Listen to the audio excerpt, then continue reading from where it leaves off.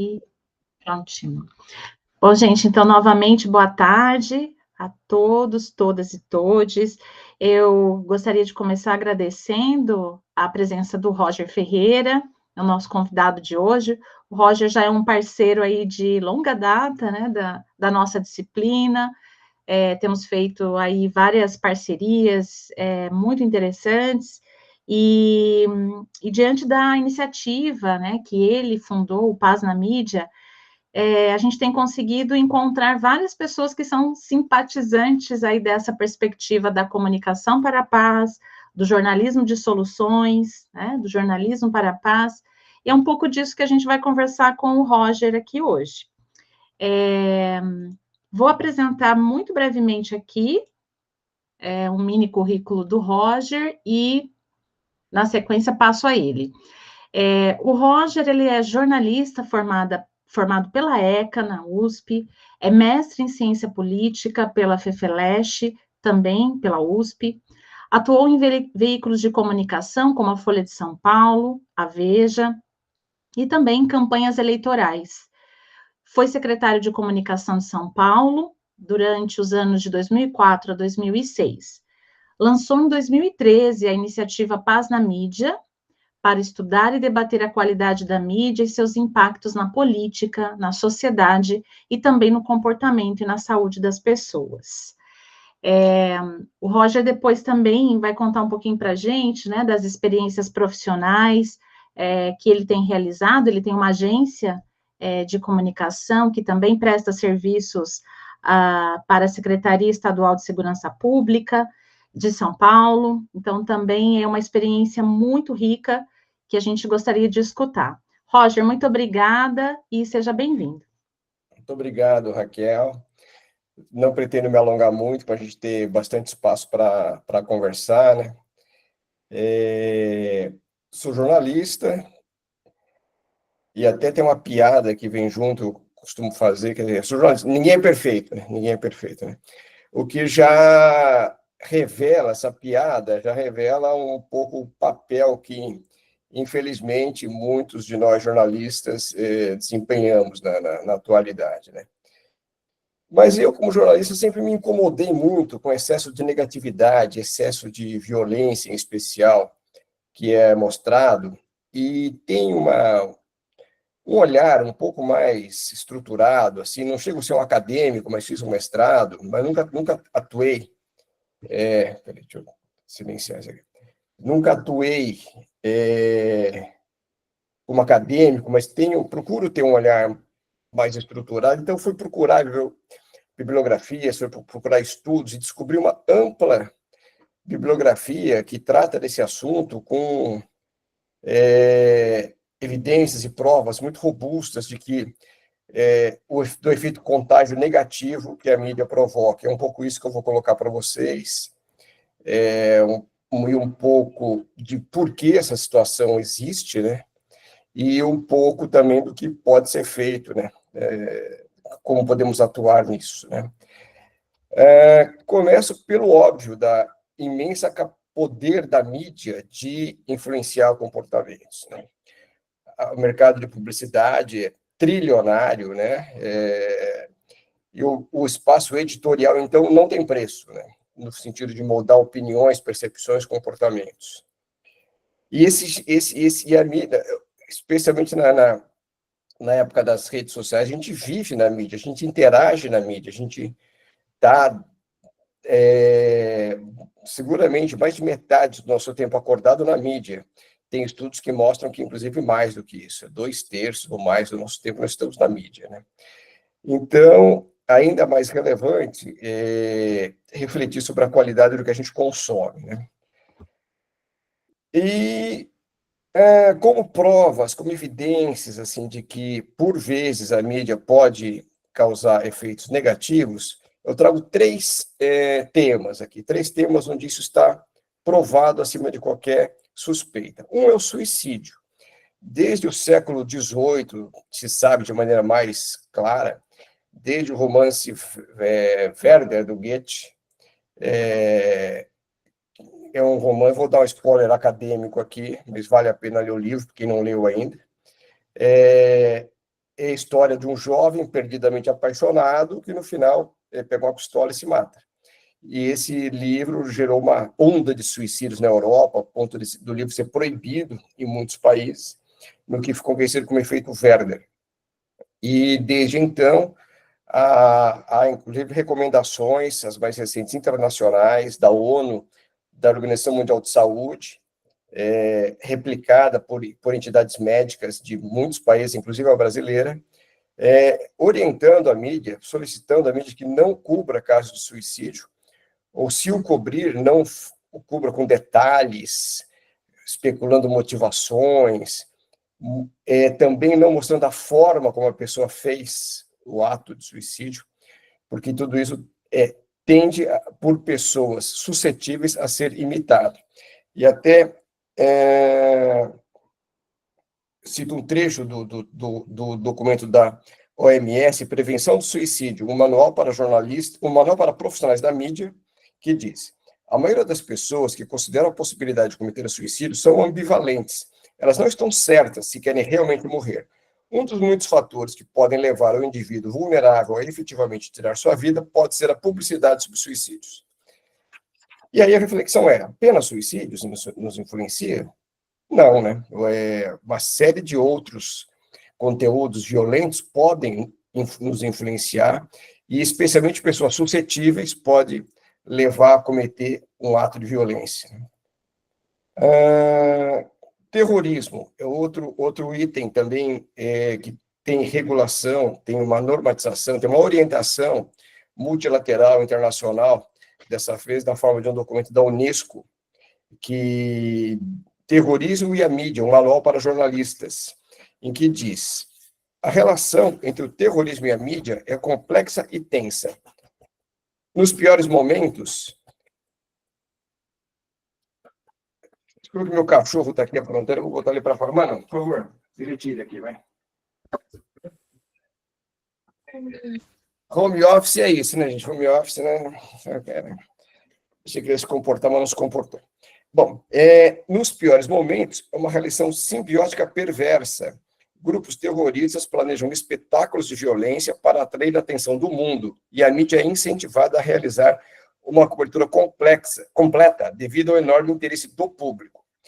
Então, de maneira desavisada, jornalistas muitas vezes fazem o jogo dos terroristas ao veicular suas causas, suas teses, seus discursos, ao, de certa forma, expô-los e dar a eles uma visibilidade pública que chega a glamorizá-los, né?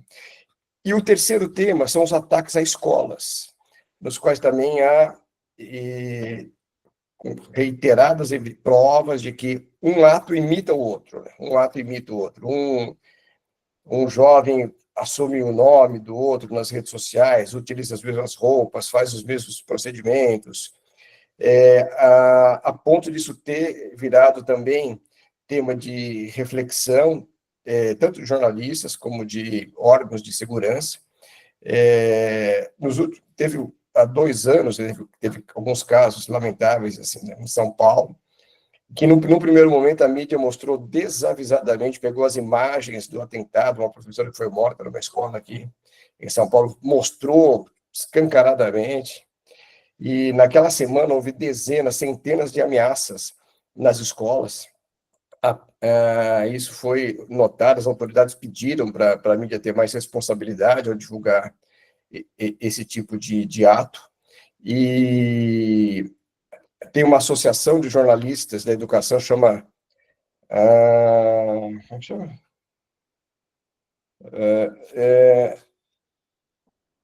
GEDUCA, Associação dos Jornalistas da Educação, que se reuniram e elaboraram documentos dizendo coisas como: a mídia pode influenciar na proliferação desses ataques por parte desses jovens e adolescentes, aumentando a probabilidade que eles voltem a acontecer, ou sejam imitadas. As coberturas extensivas, que muitas vezes apresentam repetidamente as imagens do ataque, contam a vida do agressor ou mostram detalhes do evento, podem influenciar diretamente outros jovens e adolescentes a fazerem o mesmo, né? E alguns veículos tomaram providências em relação a isso. Houve outro ataque logo depois, em que não foi mostrado o agressor, não foi mostrado a sua causa, não foi mostrado o detalhe da agressão, e nesse tema a mídia, assim como no suicídio, tem algum pudor, assim, né? Mas não em outros tipos de violência, que certamente também tem quem os imite, né?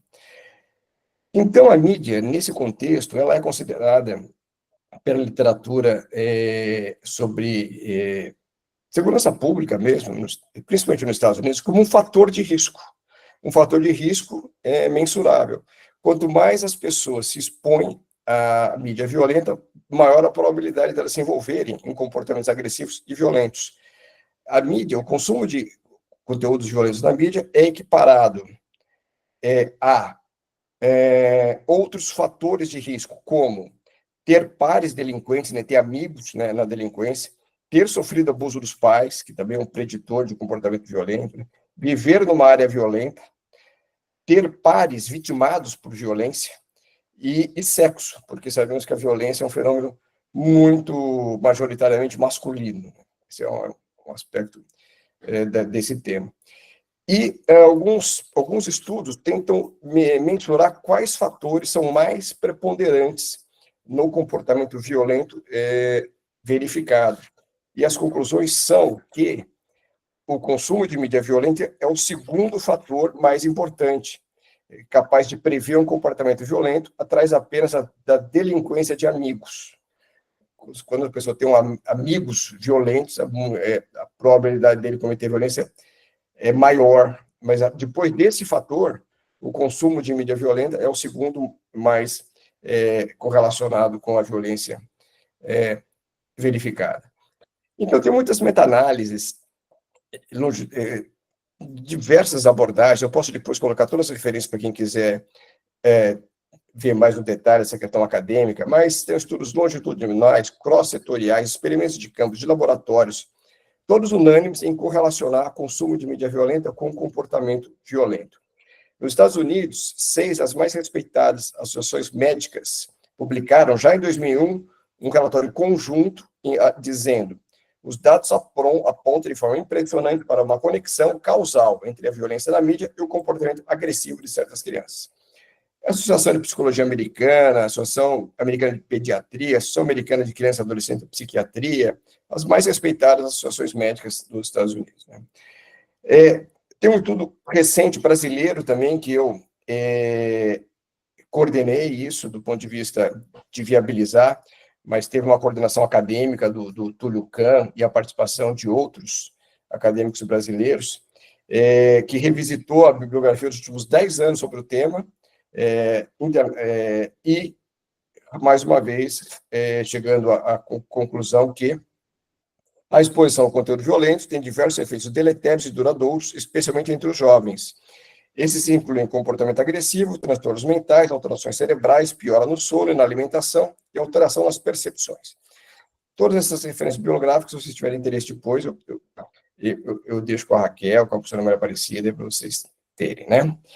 Então, parece bem claro que o debate científico sobre esses efeitos negativos de determinados conteúdos de mídia está encerrado, né? Mas essas conclusões, elas não são conhecidas e muito menos aceitas, né? O professor Craig Anderson, professor de Stanford, que se dedica muito fortemente a isso, ele compara essa questão hoje ao cigarro de algumas décadas atrás, quando já havia evidências científicas, né, provas de que o cigarro fazia mal, mas aquilo não era acreditado, não era considerado, e foram décadas até que o fumo fosse regulado de alguma forma, né? O consumo, a propaganda do fumo. Eu compararia também com a questão do efeito estufa, né? O aquecimento global, e outro tema também começou a surgir na academia, assim, né? Até que realmente virasse política pública, tem um amadurecimento de décadas. Então, essa questão da mídia violenta esteja nesses primórdios, assim, que não há ainda um reconhecimento da sua relevância, mas é um tema que certamente a sociedade vai se encontrar com ele no futuro, né? E a mídia no Brasil, como é que é? A gente fez aqui uma auditoria analisando TV aberta. E eu falo muito de jornalismo, porque eu sou jornalista, mas isso não se aplica exclusivamente ao jornalismo. Isso explica toda ao tipo de comunicação, dramaturgia, propaganda, as mais diversas artes, e nós todos que somos comunicadores, né, com o advento das redes sociais, todos somos comunicadores, todos compartilhamos, criamos, reproduzimos, então isso vale para todos. Mas o jornalismo eu falo mais por ser algo mais mensurável, mais fácil assim, de mensurar, e porque o jornalismo ainda é feito por profissionais que têm um código de ética, que estudaram na faculdade e que deveriam ter alguma reflexão sobre o resultado do que produzem, né? Porque se o jornalista que passou por tudo isso não tem responsabilidade pelo que produz, muito menos, né? Os comunicadores que não estudaram nada sobre o assunto, e todos somos comunicadores, né? Então, apenas para vocês terem uma ideia, nós tivemos 5 emissoras abertas, Globo, Record, Band, SBT e RTV, por uma semana, 25 programas de telejornalismo, 233 horas analisadas, e chegamos à conclusão que a violência foi tema de 37% total do tempo e 39% das matérias.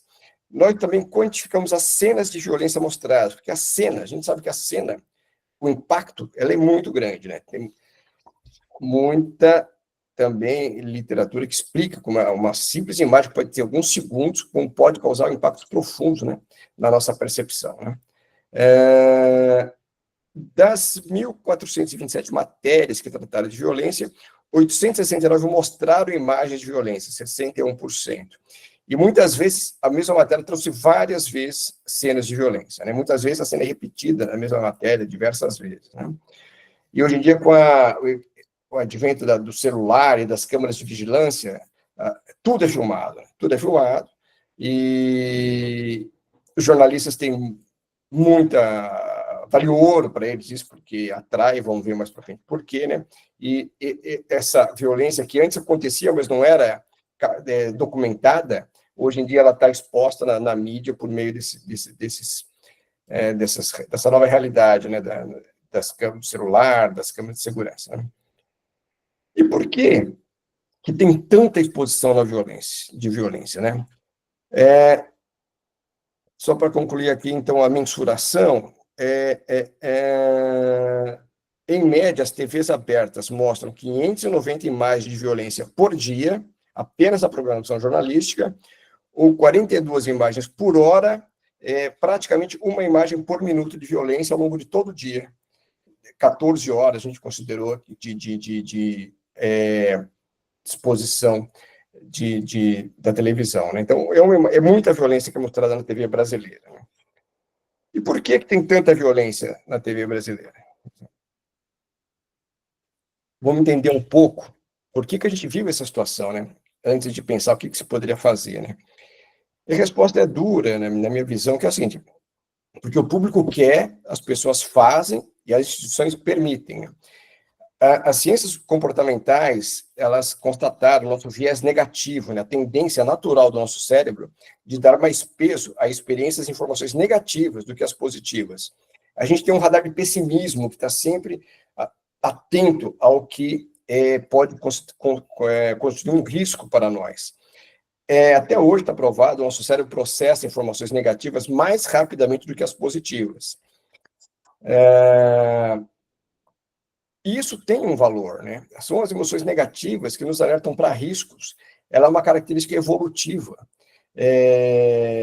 E os nossos ancestrais que foram mais preocupados, provavelmente viveram mais nas condições extremas da humanidade há poucos séculos atrás, né? Não faz muito tempo que nós estávamos nas savanas africanas, na pré-história, né? Faz muito pouco tempo do ponto de vista biológico evolutivo, né? Então, esse viés negativo pela sobrevivência é muito forte na gente e nos leva a prestar mais atenção no que é negativo, né? Mas existem também as emoções positivas e elas têm um papel, né? A gente sabe disso, todos vocês sabem, senão não estariam aqui no curso, esse curso maravilhoso da cultura da paz, né?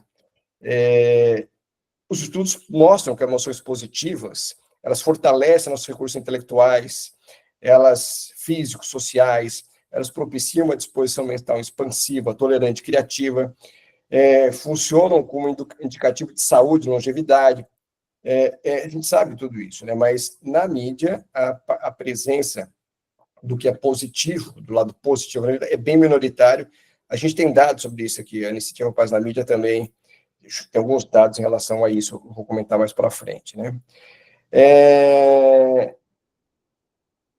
Mas se as emoções negativas, elas nos fazem sobreviver de alguma forma, as emoções positivas nos fazem transcender, né? Nos fazem ter uma vida melhor.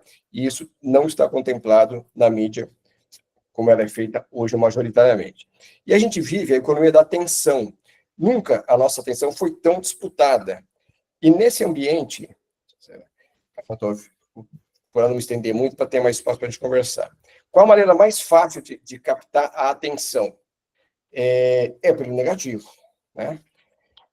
E chegamos ao jornalismo, e também a nós, muitas vezes, como cidadãos, por que a gente expõe, muitas vezes, coisas violentas, agressões? Por quê? Porque a gente quer que aquilo seja uma denúncia que gere um resultado positivo, né? Esse é o grande discurso do jornalismo. Eu denuncio o problema para que ele seja tratado e resolvido, né? Não tratar dos problemas é o que é o erro.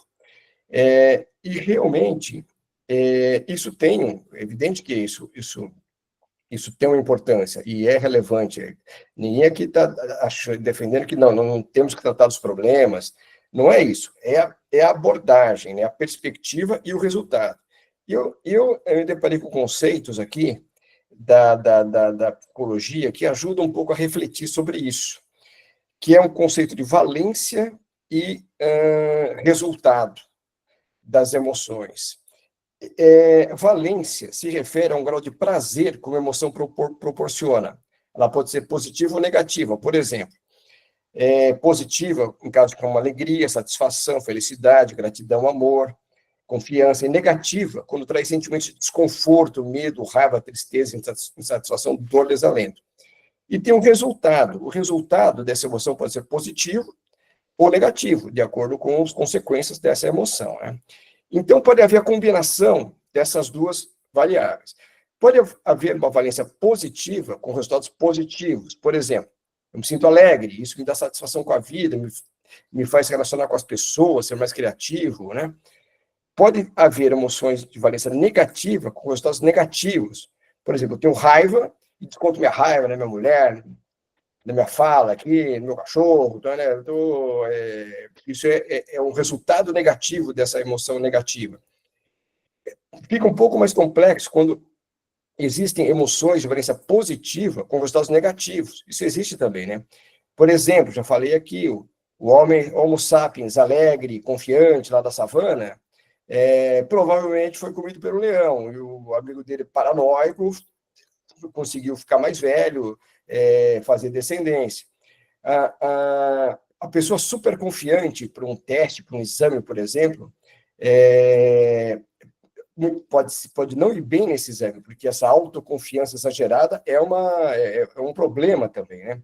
Ou a pessoa numa relação que é tão apaixonada, tão dedicada, que não vê, muitas vezes, aspectos da realidade que a levam para uma relação abusiva, né? Então, também, essa confiança em excesso é um problema. É o que a gente chama de positividade tóxica, né? Também é um problema. E tem as emoções de valência negativa com resultados positivos. E é nisso tudo que a comunicação se ancora, o jornalismo se ancora nisso. Não, a gente denuncia para que seja chamar atenção para resolver o problema. A questão essa motivação é sincera ou é apenas a busca da atenção, da maneira mais rápida e fácil, né? E outra questão, o que é feito realmente caminha para soluções? Ajuda ou não? São duas questões para colocar, né? Porque não basta apenas a intenção, né? Precisamos saber se aquilo é sincero e se aquilo tem um resultado positivo, realmente, né? Sobre a questão de sinceridade, o jornalismo, ele é caracterizado por um certo cinismo, assim, né? Da linha, se é good news, no news, né? Nada positivo é notícia. Se sangra, é notícia, né?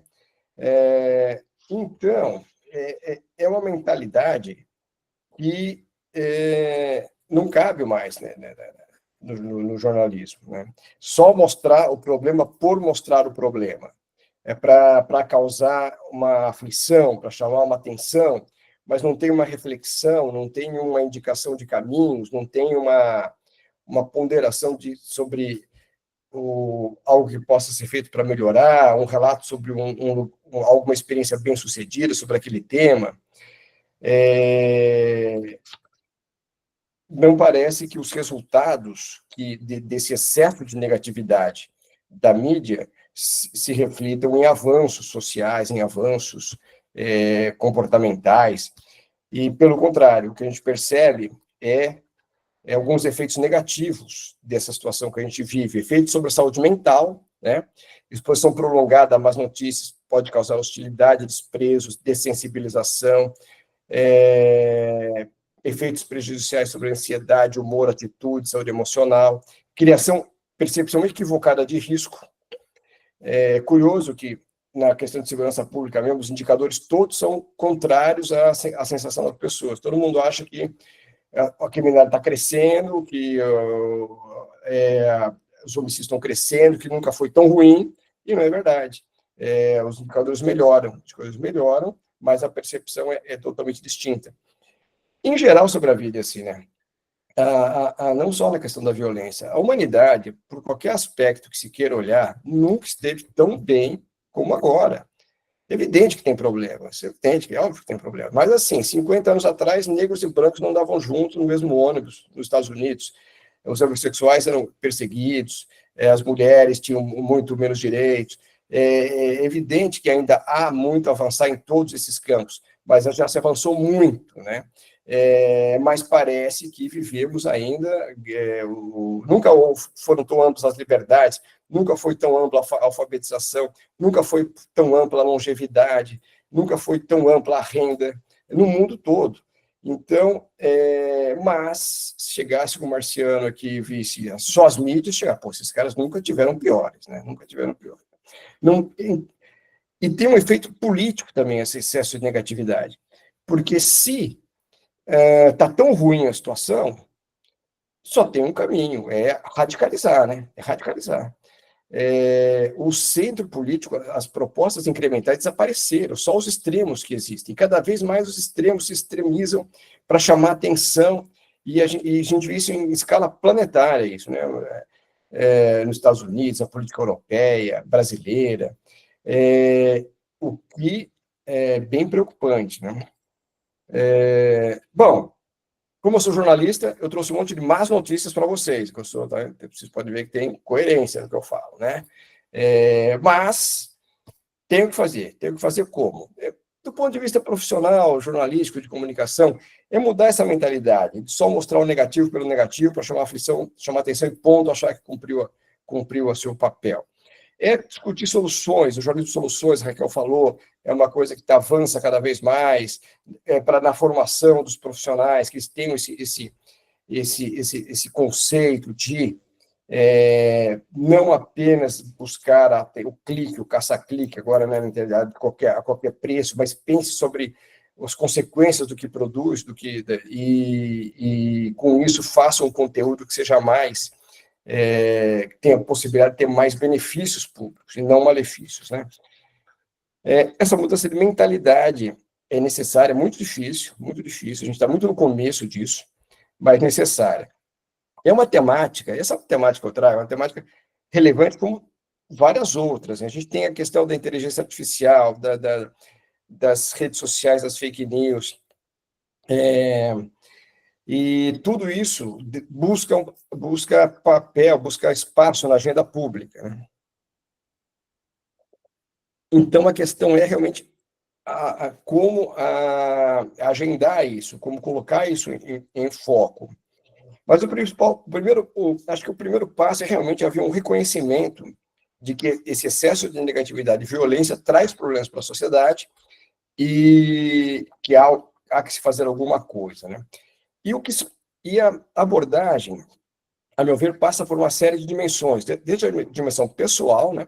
A alfabetização para a mídia, porque ninguém é obrigado a consumir nada, a gente consome o que a gente quer, então os jovens, as crianças, as pessoas têm que ser informadas das consequências, possíveis do que produz, do que consome, escolher melhores conteúdos. E hoje, a parte boa é que tem tanta diversidade de conteúdos para a gente consumir, né, que a gente pode escolher coisas que nos façam bem. Profissional, produtores profissionais de conteúdo, como jornalistas, publicitários, influenciadores, roteiristas, outros profissionais de mídia, ter essa consciência do que eles produzem tem consequência e pensar nisso, né? E não buscar apenas causar a sensação sem refletir sobre o resultado dessa sensação. Empresarial, as empresas deveriam ter consciência de que a audiência a qualquer custo não é bom para ninguém, né? Não é bom para elas. O modelo econômico, a lógica dos incentivos econômicos, a lógica da publicidade, deveria ser, de alguma forma, alterada para privilegiar bons conteúdos e não os conteúdos mais negativos. Acadêmico, né, cada vez mais precisamos das evidências acadêmicas provando esses efeitos negativos. Autorregulatório nas empresas de mídia, corporações profissionais, refletindo sobre isso. Regulatório também. Muitos países têm autoridades públicas de comunicação que tratam disso. Na Austrália, um belo caso, no Uruguai, tem algumas experiências interessantes. Sim, é legítima uma regulação sobre esse tema, e apesar que sempre vai ter gente dizendo que é censura, que não quer tratar dos problemas. Nas redes sociais do Paz da Mídia, a Raquel falou, a gente tem lá, mantém Instagram, e TikTok, um site, e é muito frequente, quando a gente critica lá alguma exposição de violência que acha descabida, parece sempre gente revoltada, mas como? Precisa tratar, precisa mostrar um problema, precisa, isso é assim que a gente cria consciência, tá? Portanto, uma questão muito delicada de avançar no entendimento de até onde um conteúdo ele é benéfico, até que ponto ele se torna prejudicial. E é muito complexo porque assim, o mesmo conteúdo, para algumas pessoas, tem uma leitura, para outras tem outra completamente diferente. Então, não é porque, para mim, ficou legal, mas se para outra pessoa pode ter estimulado a prática de um comportamento violento, isso tem que ser considerado, né? Mas é uma questão bem complexa. Então, é isso. No Brasil, a gente tem o ECA, Instituto da Criança e do Adolescente, que prevê que durante o dia as TVs só devem veicular conteúdos educativos, mas o espírito do ECA não é respeitado no Brasil, porque é considerado, esse tipo de conteúdo violento é considerado informativo, é considerado jornalístico. Então, temos um avanço, tem muito que avançar aqui no que é considerado educativo, né, para o ECA, né, que é uma lei, né, mas acho que o espírito da lei não é respeitado. E, para concluir, o fundamental é ter consciência que comunicar traz consequências, boas ou ruins, de acordo com a forma que comunicamos. E o grande desafio é eliminar, tanto quanto possível, o efeito contágio no que ele tem de negativo, reprodutor de violência, especialmente, e favorecer o bom efeito contágio, ou a apresentação de 10 exemplos que nos ajudem a superar os problemas. É isso. Obrigada, Roger. Super objetivo, comunicativo. Vamos abrir agora, então, para esse bate-papo. A gente vem conversando desde segunda-feira, né? A nossa disciplina se iniciou na segunda-feira e a gente tem levantado esse questionamento, né, sobre o papel da mídia nessa reprodução da violência, né, nessa reiterada intenção de banalizar a dor, o sofrimento, né? Então, é um tema bastante importante na nossa disciplina. A gente tem explorado, né, alguns aspectos desse debate que, como você bem colocou, né, está submetido a muitos fatores, né? São várias questões aí que a gente pode olhar diante de uma mídia que lucra, né, que entende essas relações, né, entre a audiência e as imagens da dor e da violência, mas que está lucrando com isso, né? Então, você bem colocou, né, agora ao final, né, realmente nós somos questionados muitas vezes, né, sobre o papel dessa mídia que denuncia, mas também, ao mesmo tempo, qual é o limite entre a denúncia e a banalização da dor, né? É preciso haver um limite, precisamos de regulação, né? Precisamos de novas dinâmicas que nos ajudem a entender esses efeitos negativos, né, da mídia violenta. Então, vou abrir aqui, se alguém quiser fazer algum comentário, uma pergunta. Agora o espaço é nosso, é um bate-papo aqui, informal, com o Roger. Se alguém desejar. Lilian? Obrigada, Roger, pela presença, viu, por estar aqui com a gente. Eu fui te ouvindo e fiz um paralelo com o exercício que a gente fez aqui, da disciplina, né, analisando uma matéria, e aí eu peguei, coincidências não existem, peguei uma matéria sobre análise da linguagem, né, as questões linguísticas aí, preconceitos, e eu sou formada em letras. Então, veio bem a calhar essa análise. E aí, depois de discorrer muito sobre as questões, né, de discriminação e preconceito que o uso da língua provoca, vem uma questão de solução desse problema, né, que estão trabalhando com os professores, para que os professores semeiem muito mais o afeto e acolham os diferentes usos da língua, em vez de discriminar e separar as pessoas pelo uso inadequado, entre aspas. Tudo isso para perguntar, esse tema está sendo discutido na academia, na formação de novos jornalistas? Fiquei com muita curiosidade de saber. Olha, eu acho que não com a importância que deveria ter, né? Eu não estou tão atualizado assim dos currículos atuais. Já saí da faculdade faz um tempinho. No, mas a ética não passava muito por isso, não. Discussões de ética, não. E isso é muito importante na formação, né? Seria muito importante na formação dos jovens. Talvez essa mudança generacional que poderia provocar algum avanço. Mas, infelizmente, acho que a situação acho que vai piorar ainda antes de melhorar, sabe? Porque hoje em dia, quem são os principais comunicadores? São os influenciadores, né? São os influenciadores. Os influenciadores tomaram o papel dos jornalistas. Assim. O jornalista antes era o senhor da narrativa, ele era o dono do discurso. E não tinha nem interação, ele falava, ponto. Ele falava, todo mundo ouvia, acabou, né? Acabou isso, né? Para o bem e para o mal, porque era uma coisa muito autoritária, unilateral, mas tinha alguns critérios, pelo menos, né? Hoje em dia, não, os influenciadores, eles, na maioria das vezes, sem nenhum preparo, sem nenhuma reflexão sobre o resultado daquilo que ele está falando, eles pensam única e exclusivamente no engajamento, na audiência, e fazem as maiores barbaridades, né? Então, o que seria ideal, né? Esses influenciadores deveriam ter o mínimo de acesso a uma discussão sobre isso, para refletir sobre o que posta, né? Mas nessa lógica de que eu tenho que chamar atenção o máximo possível, eu tenho que causar, eu tenho que engajar, nessa lógica não há espaço para ponderação. Aí os algoritmos, né? Os algoritmos são muito importantes aí também, porque os algoritmos não podem valorizar esse tipo de comportamento. Os algoritmos deveriam, o interesse público deveria estar na lógica dos algoritmos. Assim. Os algoritmos deveriam ser abertos de escrutínio público, né? Para que tipo de valores que ele premia, que tipo de valores que ele tira a audiência, né?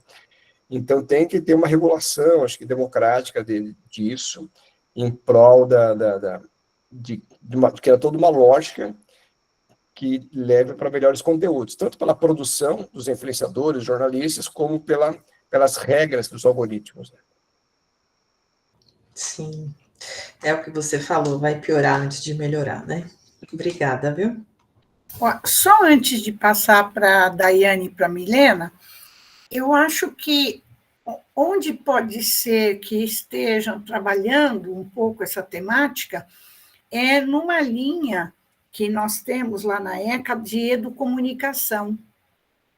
Então, na linha de educomunicação, eu sei que eles trabalham muito próximo a escolas, né? E também essas questões da própria comunicação, né? Ou seja, como usar a comunicação não somente em processos nas organizações, mas também nas escolas. Eu digo por aí porque nós temos vários professores, né? O professor Claudemir, e outros que estão lá na linha 3, lá do PPG-Com, eu sei que eles estão, alguns deles trabalham com essa pegada, vamos dizer assim. Tá? Depois quem te interessar, depois eu posso passar os nomes. Então, só comentar uma coisa que a professora falou, que realmente eu vejo três áreas de atuação de enfrentamento desse problema, né? Uma área é educação para a mídia. É essa área que a professora falou e a área que mais avançou, realmente. Tem várias iniciativas que levam a alfabetização digital, como é chamado, né, para as escolas, procurando despertar um consumo crítico de mídia. Essa área é que mais avançou. Tem uma área de uma produção mais qualificada de conteúdos. Essa área não avançou. E tem uma área de regulação, que essa área também não avançou. A única área que está andando graças a Deus, essa área de procurar despertar comportamentos e consumos críticos de mídia.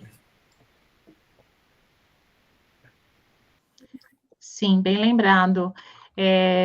Também só a título de informação, Lilian, nós temos, amanhã a gente vai ter o bate-papo com o Juan, né, que é nosso doutorando aqui no programa, e ele está fazendo uma pesquisa mapeando nos cursos de jornalismo do Brasil, se esses conteúdos, né, que nós estamos discutindo aqui, se eles estão sendo trabalhados nessas formações. Ai, né? que legal! Então, a gente tem feito, assim, né, um acompanhamento e muito provável, assim, pelos resultados preliminares, né, que ele tem levantado aí, tem situações dramáticas, assim, gente, principalmente quando a gente fala, não todas, obviamente, né, mas quando a gente fala na iniciativa privada, por exemplo, um foco muito forte na formação tecnicista, pragmática, né, então é aprender a escrever, fazer pauta, fazer aquilo, mas com pouco senso crítico, né, então, assim,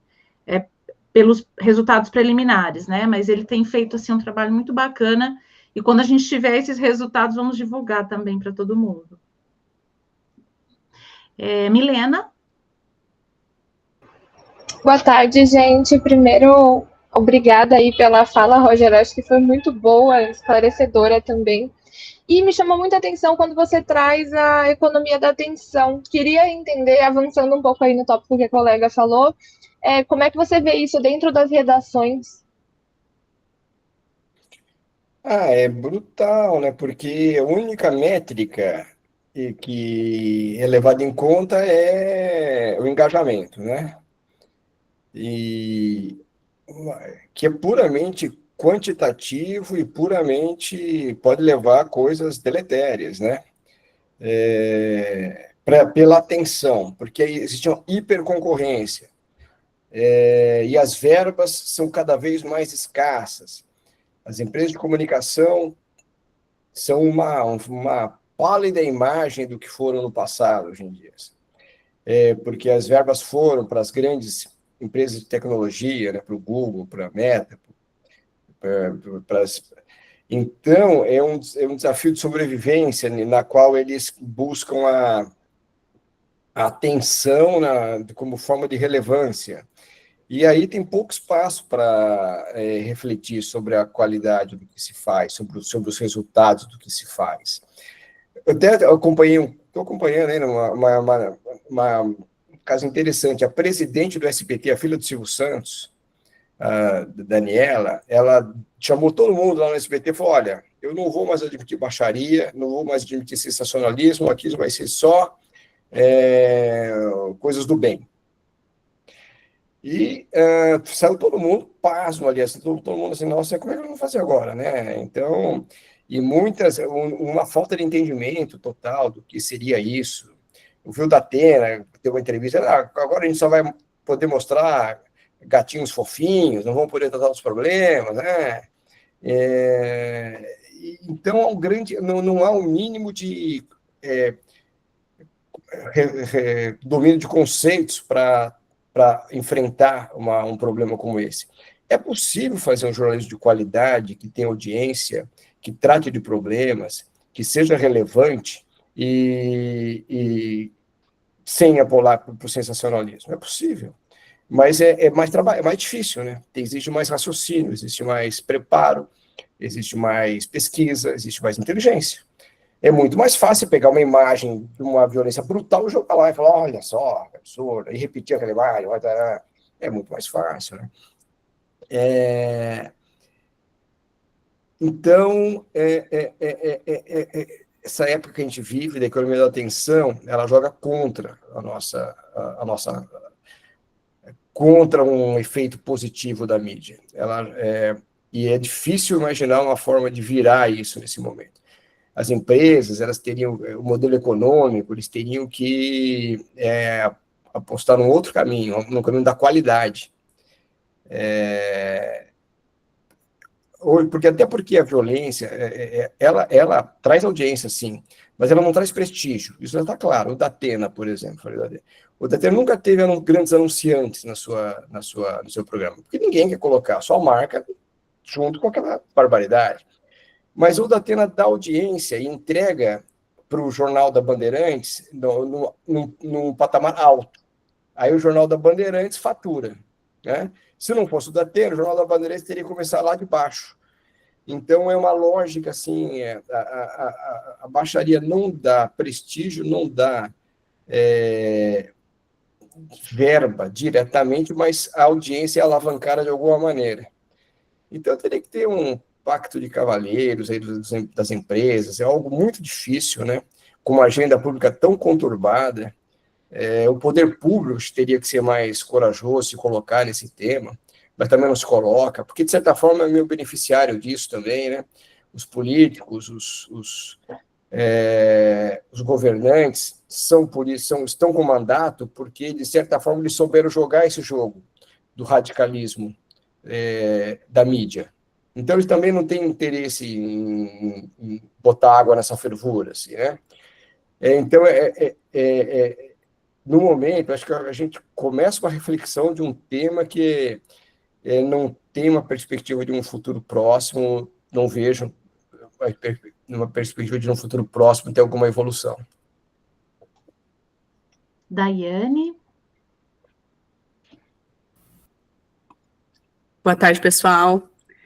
Professor Roger, obrigada, né, por sua fala.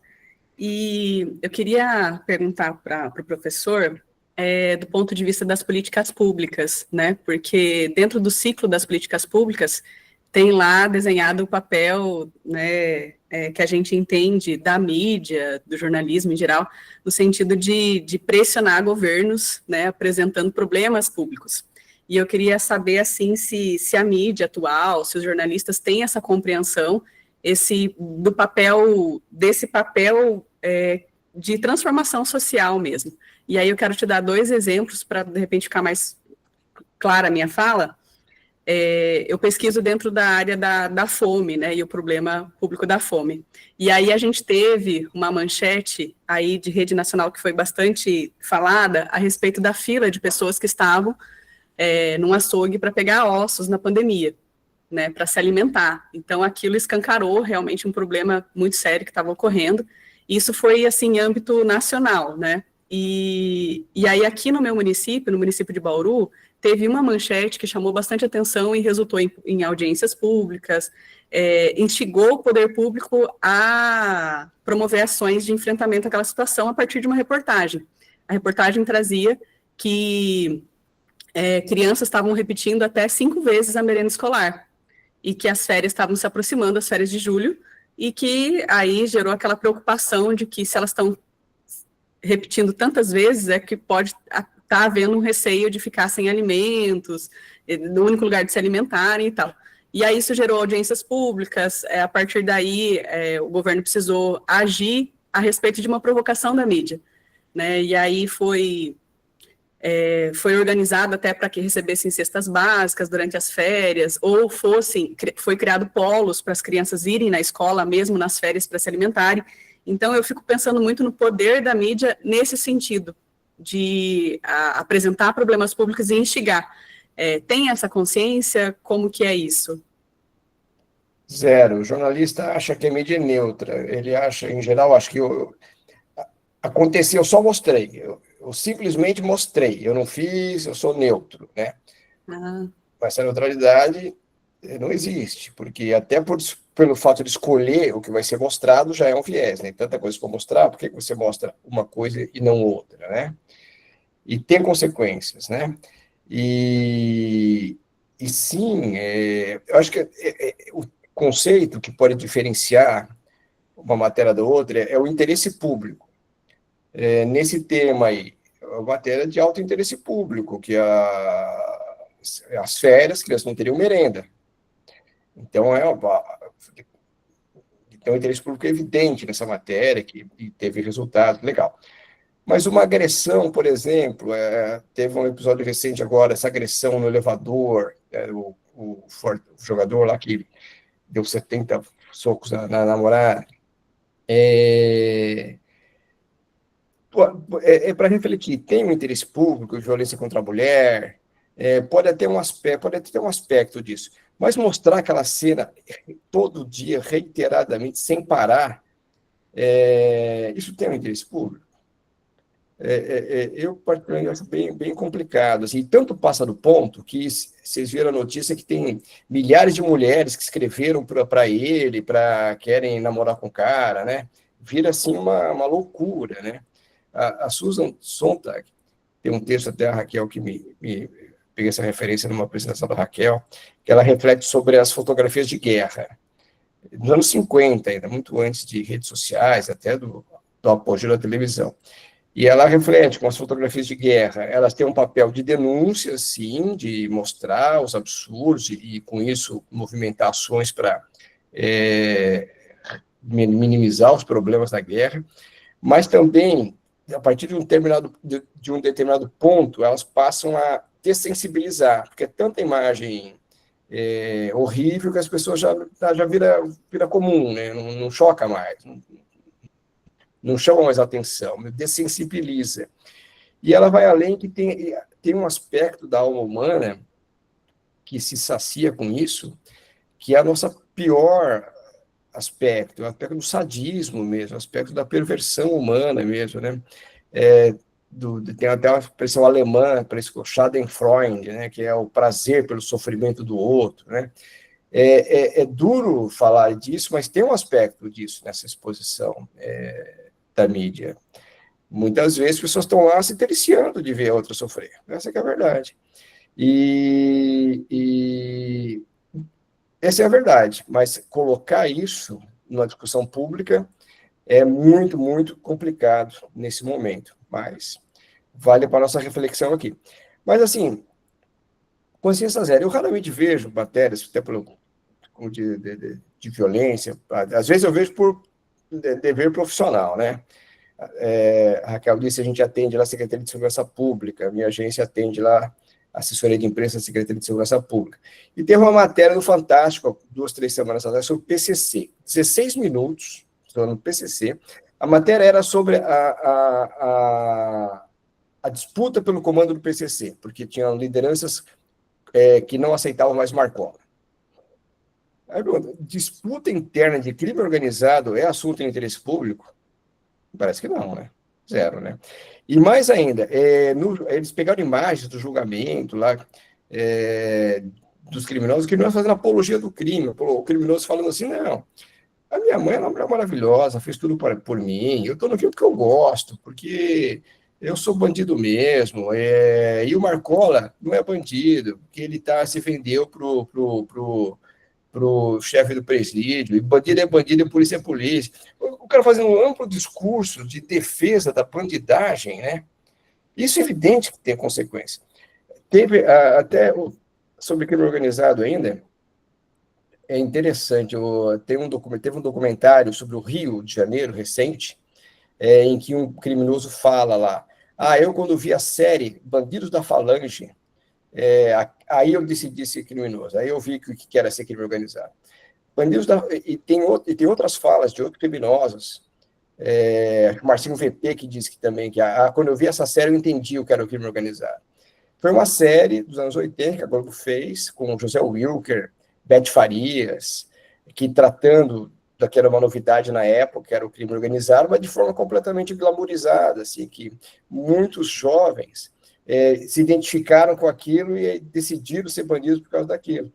Então, é bem complicado, né, da liberdade de expressão. É evidente que tem que ter liberdade de expressão, não é questão de censura, mas a forma como se coloca o tema é muito importante, para que a forma ela tenha um interesse público. Vamos discutir questões públicas, o que pode ajudar no interesse da sociedade, e não fazer apologia do crime, glamourizar criminoso, como muitas vezes é feito. Obrigada, Roger. Andressa? Oi, me ouvem? Sim. Antes de eu fazer uma pergunta para o Roger, queria só voltar num tema, né, que estava sendo falado sobre o currículo dos cursos de jornalismo, né? Eu sou professora no curso de jornalismo aqui em Santos e o que eu vejo, né, dentro da matriz curricular, todas essas questões, elas é muito como a professora Raquel falou, né? É muito mais voltado para essa técnica, né? Do ponto de vista um pouco mais instrumental. Claro que tem as disciplinas ali que trazem um aspecto mais da formação cultural, histórica, dessa formação humana, mas eu não vejo, por exemplo, o currículo está sendo refeito, e aí sim vão trazer a questão da inteligência artificial e tal, mas esse aspecto que é da essência do jornalismo, eu vejo que foge um pouco, né? Até a professora Maria Aparecida mencionou a educomunicação, e eu sou da área da educomunicação, inclusive eu procuro levar para dentro do jornalismo, toda hora eu propago a educomunicação, porque eu vejo que ela traz ela resgata a função social do jornalismo, né? E eu vejo que hoje nós jornalistas também somos educadores midiáticos, ou deveríamos ser também educadores midiáticos, né? Seja dentro de uma redação mesmo, seja dentro de uma agência, seja dentro de uma escola, ou seja de outros espaços não formais de aprendizagem. Então eu vejo que esse currículo ainda não chegou lá, porque está muito voltado ao mercado, até a própria... os próprios docentes, nem todos têm essa visão, fica mesmo uma visão mais voltada ao mercado de trabalho, uma visão de um ponto de vista mais também colonizado, subalterno, né? Até às vezes discriminatório em relação a alguns alunos que, por exemplo, que não têm um inglês fluente, né? Ou que alguns alunos que são negros e que veem uma certa dificuldade de encontrar espaço no mercado de trabalho por causa da cor da pele, e professor falando para o aluno que não, é só você se esforçar. Então, a gente vê umas coisas assim, quantas camadas que ainda precisam ser ressignificadas, né, e desconstruídas. E aí... Andressa, só para... Eu sei que você agora vai fazer a tua pergunta, mas sabe um elemento que também influenciou muito quando o registro foi abolido? Né? Sim, a partir do momento que o registro de jornalismo do jornalista foi abolido, os cursos, principalmente das faculdades privadas, tiveram que dar um salto tremendo em termos de publicidade, né, de publicitar o curso, de mostrar ele mais vendível, vamos chamar assim, para o mercado, né, que estas questões, né, que a gente está colocando aqui, elas ficaram ao lado.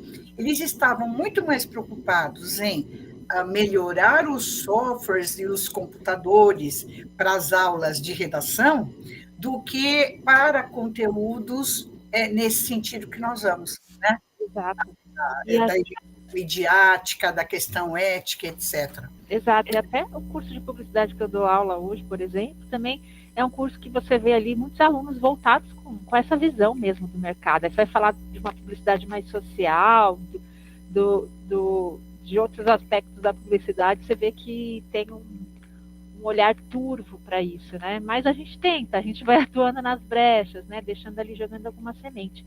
E aí, dentro disso, né, foi falado desses cliques, né, da mídia, o Roger comentou, né, desse jornalismo que é nessa busca frenética dos cliques. Eu lembro até, uns tempos atrás, aqui na minha cidade, uma notícia no principal jornal trazia uma questão trazia um problema dentro de uma escola privada, até a escola do meu filho, que um menino iria provocar lá ia fazer um massacre dentro da escola. Isso foi divulgado, mas sem uma checagem, sem uma apuração. Então a matéria era muito assim, um aluno de uma escola, de um bairro, era muito assim, rasa a informação. E aí você vê lá no principal jornal da cidade um monte de cliques, as mais lidas, estava lá, mais lidas, né?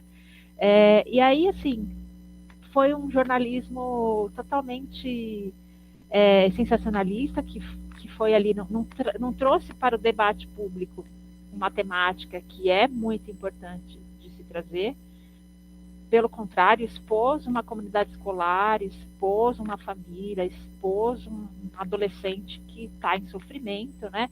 Enfim, então queria perguntar para o Roger, onde que ele vê, a gente falou de jornalismo de soluções, onde que você vê, Roger, hoje, acontecendo, de fato, esse jornalismo de soluções? Em raras matérias, em raras abordagens, nos veículos tradicionais, ou em canais específicos, pode ter essa abordagem, né? Mas é uma coisa rara, não é uma regra, né? Não é uma regra.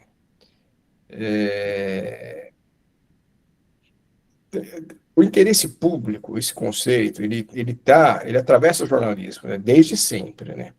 Desde sempre. Isso o que pode ser notícia? Qual a característica de um fato para merecer ser considerado como um objeto de interesse jornalístico, ser uma notícia, né?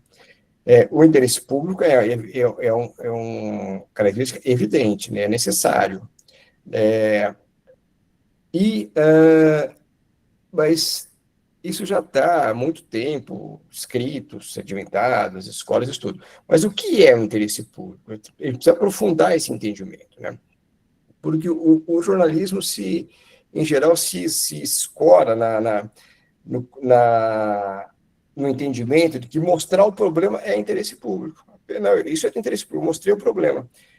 Quando, muitas vezes, esse problema é de esfera privada, não é de interesse público. São questões da justiça, ou das famílias, são problemas particulares, que tem que ter um outro encaminhamento, que não deveriam ser levados à categoria de notícias, de fatos noticiosos, porque não agregam nada para a arena pública. É um fato privado, de natureza privada. E ao ser trazido para a esfera pública, se transformando em notícia, muitas vezes gera mais problemas do que soluções, porque gera imitações negativas, atiça alguma das nossas curiosidades, no mínimo, a nossa curiosidade mórbida, né? Ativa sentimentos negativos, ativa o medo, ativa a aflição, ativa a desconfiança social, ativa o descrédito das instituições, de tudo. Então, discutir o que é de interesse público, isso não é feito. E é necessário nesse momento. Obrigada. Obrigada, Roger. Vanessa? Então, eu queria que o Roger lesse no chat, porque eu acho que eu me expresso melhor, a minha pergunta, o meu comentário.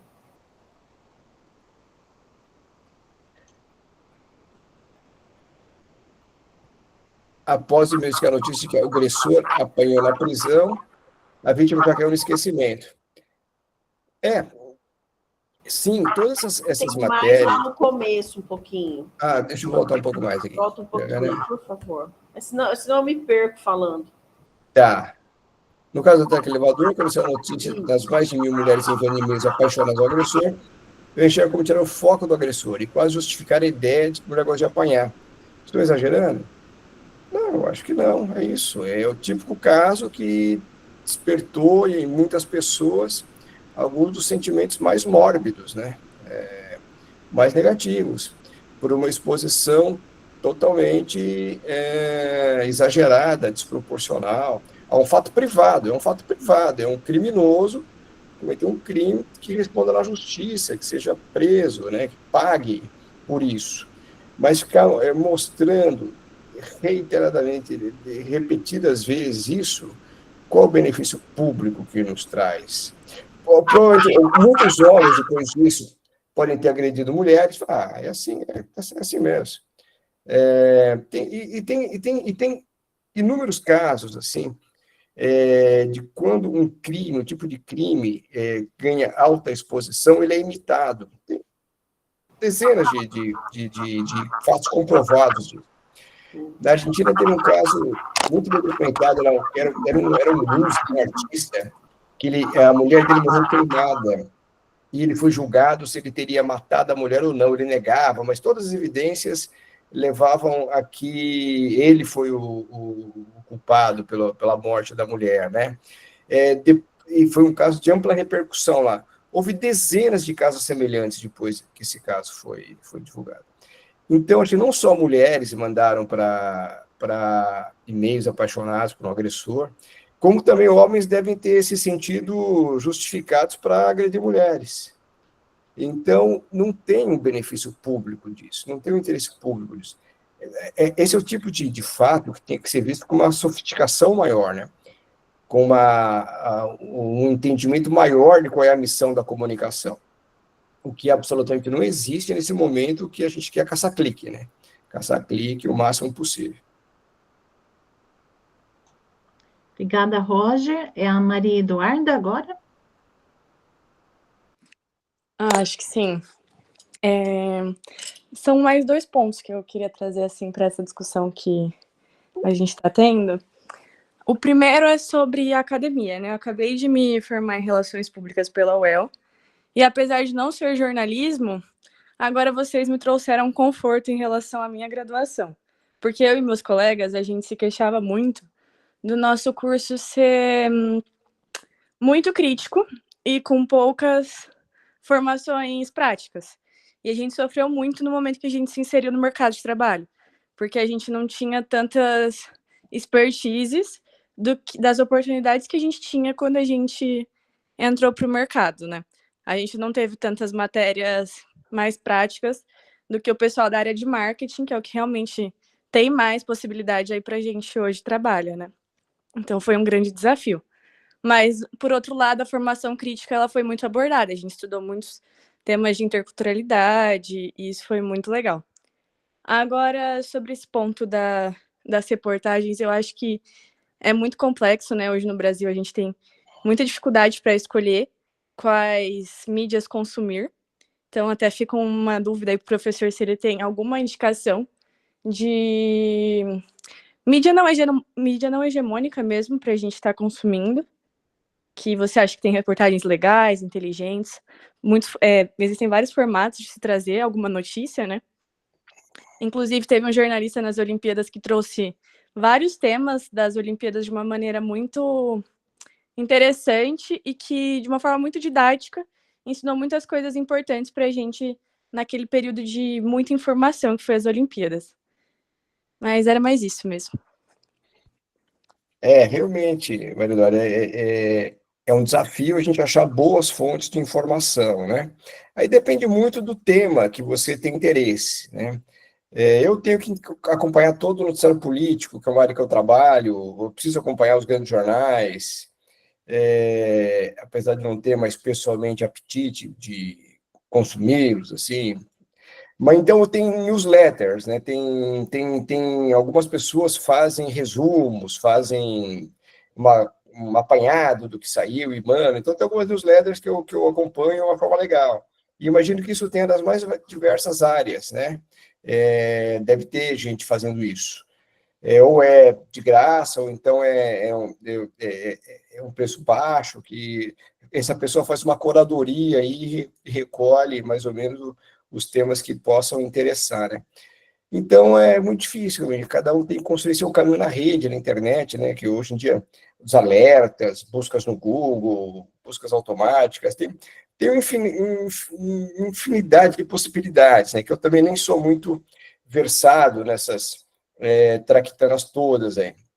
A questão de fuçar mesmo para buscar um conteúdo que nos faça bem, né?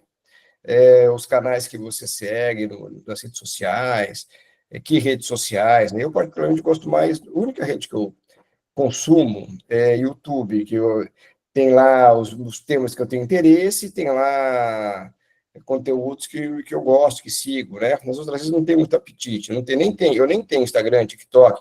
O Paz da Mídia tem, eu atuo lá, mas eu não, confesso que eu nem sei mexer direito. Tem uma pessoa que me ajuda nessas coisas, né?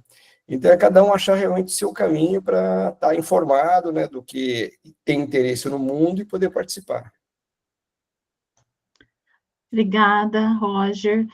Aproveitando essa pergunta, né, da Maria Eduarda, eu só gostaria que você falasse um pouquinho para a gente do que é o jornalismo de soluções, para que o pessoal possa conhecer um pouco mais a respeito, né, algumas ideias, algumas diretrizes, o que seria esse jornalismo para que seja uma alternativa a essa mídia violenta, né?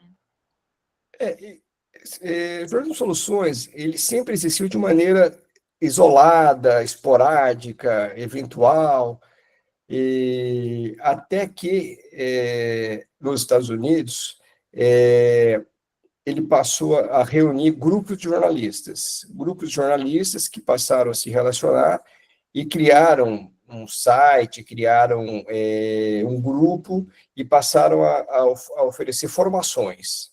Então, eles fazem formações de comunicadores, estudantes, pessoas interessadas em comunicação, em que eles dão em 4, 5 aulas, eles consolidaram conceitos de abordagem, o que um relato precisa ter para ser considerado jornalismo de soluções, né? E então tem lá um conjunto teórico bem sólido, e eles procuram disseminar isso, né, pelo mundo todo. E tem no Brasil alguns multiplicadores disso. Eu até me inscrevi num curso deles agora. Me inscrevi, ainda não vi se eu fui aceito, mas eu pretendo até fazer a formação deles para, eventualmente, também procurar disponibilizar essa abordagem de uma forma mais sistemática.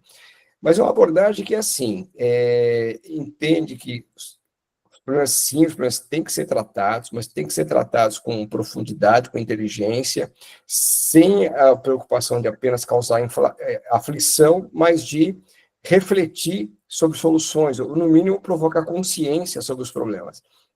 Tem que ter um saldo positivo daquilo, e minimizando o máximo efeitos negativos, né? Tem todo lá um corpo teórico disso.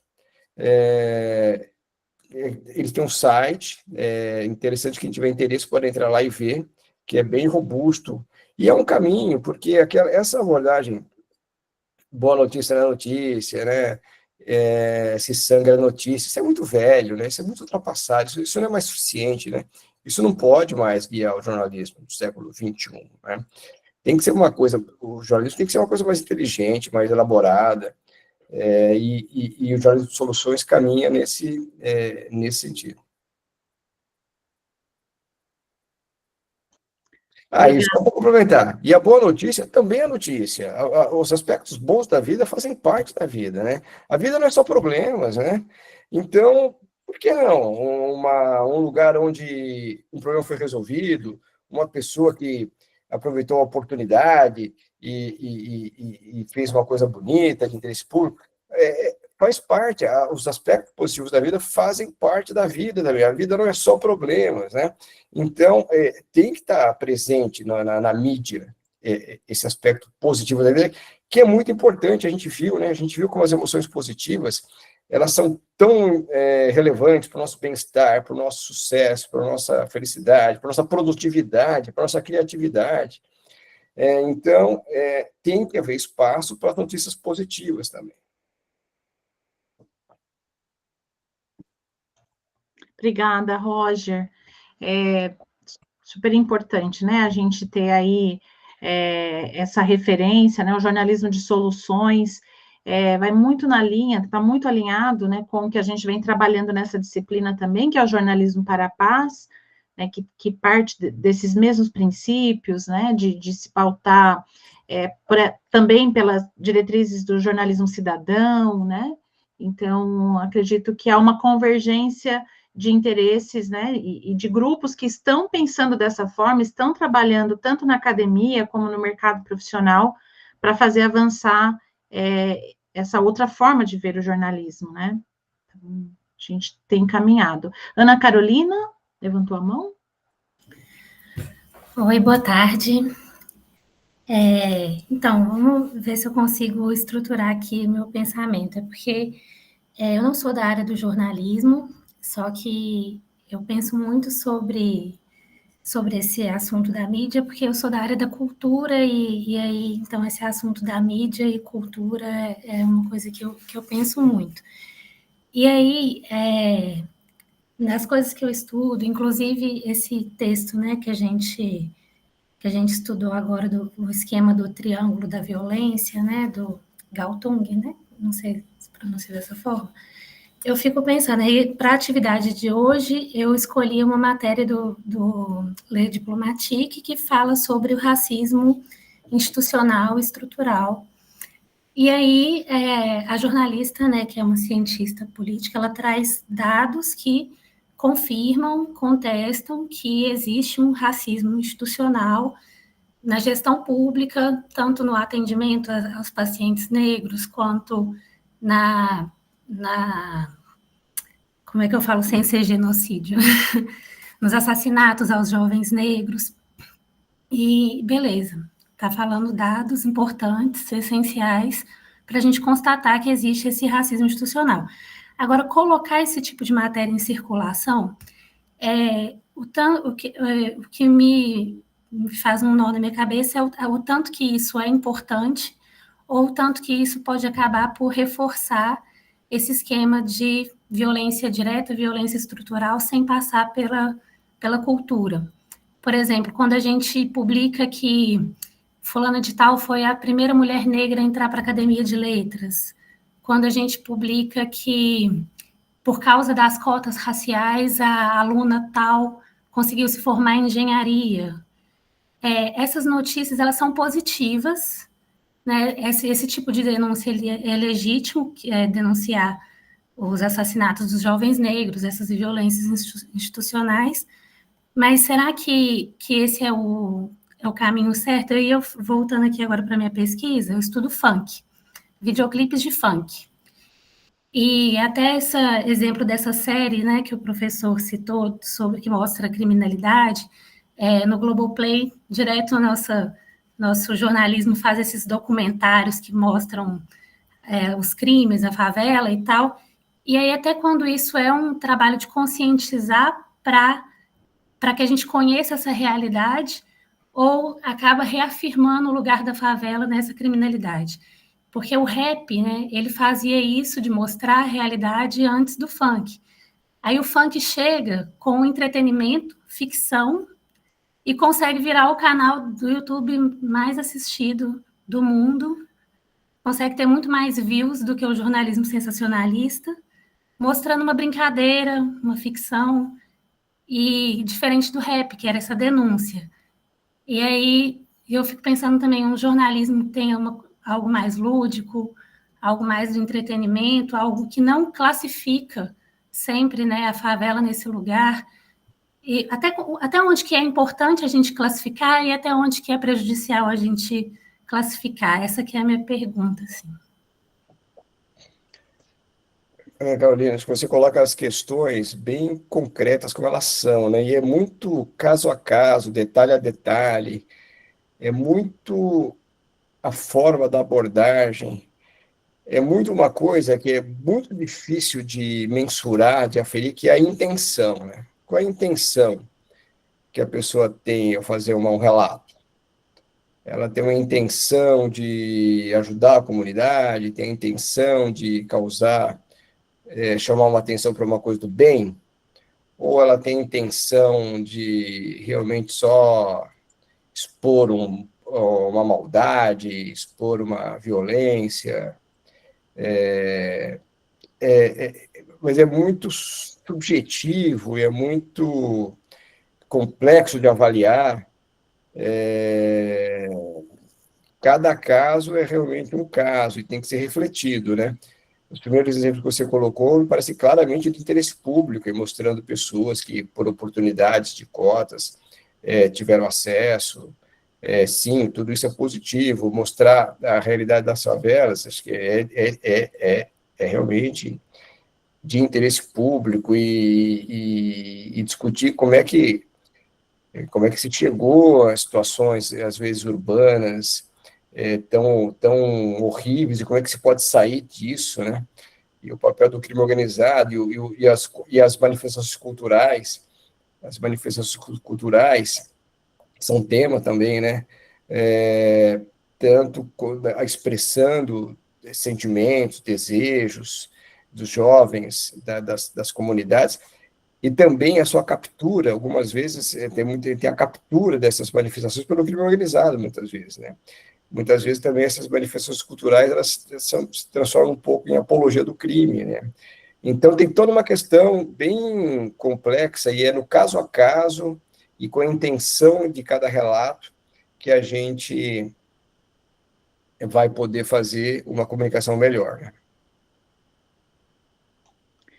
Obrigada, Roger. Nessa linha, né, também do que a Ana Carolina comentou, acho que vale a pena, né, a gente citar, até dentro do nosso programa, dessa disciplina, né, que associa, né, vai discutir a comunicação e a cultura de paz, né? Então, há alguns elementos, né, e acho que a Ana Carolina e o Roger colocam muito bem.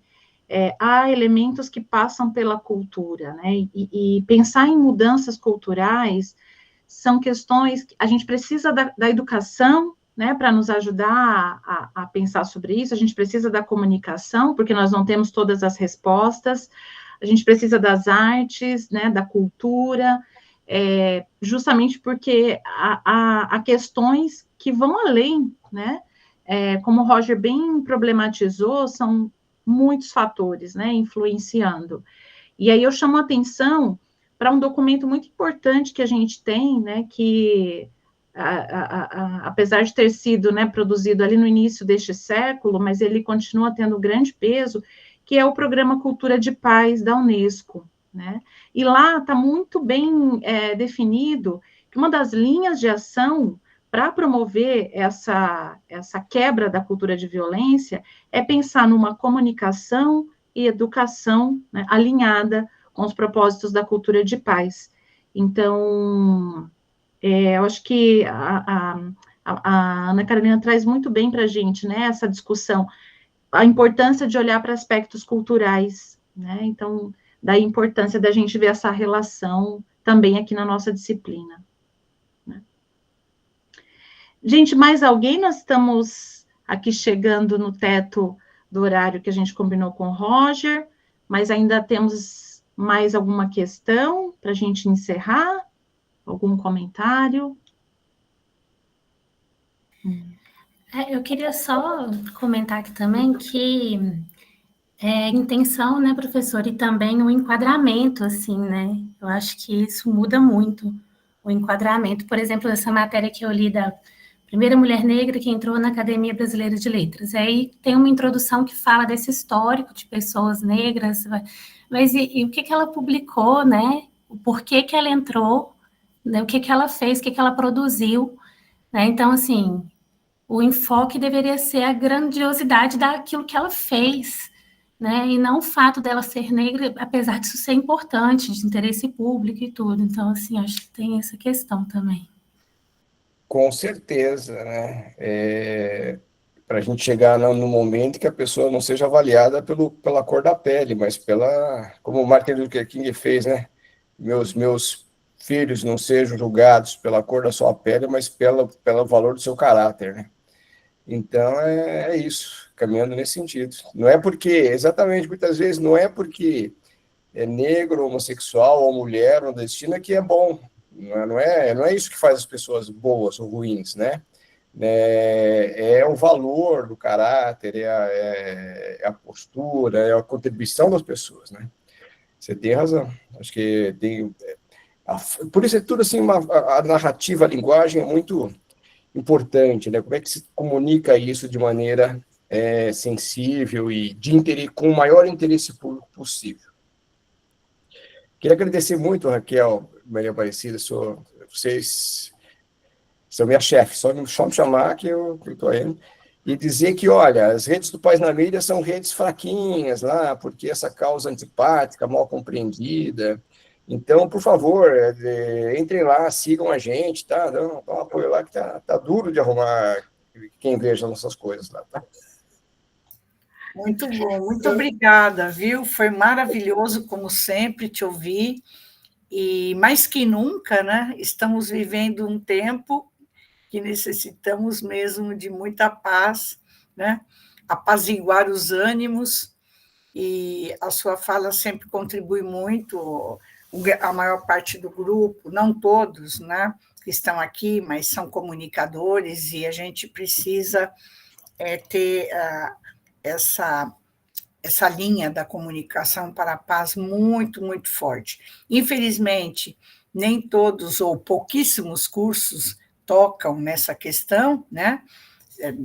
Independente se é jornalismo, ou publicidade, ou relações públicas, ou outras áreas da comunicação, mas a gente vai fazendo sempre o trabalho de formiguinha, né? Tentando construir, não desistir nunca. Parabéns pelo trabalho de vocês. Estamos juntos. Obrigada. Obrigada, Roger. Até mais, pessoal. E olha, e a Raquel tem meu contato aí, meu WhatsApp, quem tiver interesse em me chamar, estou à disposição, tá? Ai, ótimo, Roger. Vou aqui compartilhar com o pessoal. Pode compartilhar, Raquel. Obrigada. Até mais, bons estudos para vocês. Tchau. Tchau, tchau. Pessoal, acho que muito bom, né, a gente poder ter conversado com o Roger, né, conhecer essa iniciativa, como ele falou, ele deixou ali, né, deixamos aqui também no chat o perfil no Instagram, tem o site, eles também estão no YouTube, então, à medida que for possível, né, a gente colaborar para essa divulgação é sempre muito importante, né, acaba sendo também uma ação política, né. Então, bom, nós chegamos aqui no nosso horário do café, né? Como a Vanessa não está aqui presencialmente, a gente não vai poder comer o quindim, mas a gente toma um café e voltamos em 15 minutos, pode ser? Sim. Eu vou colocar a receita do quindim no WhatsApp. Quindim por favor. Bandeja. Bora. Muito bem. Até já, então, gente. Até.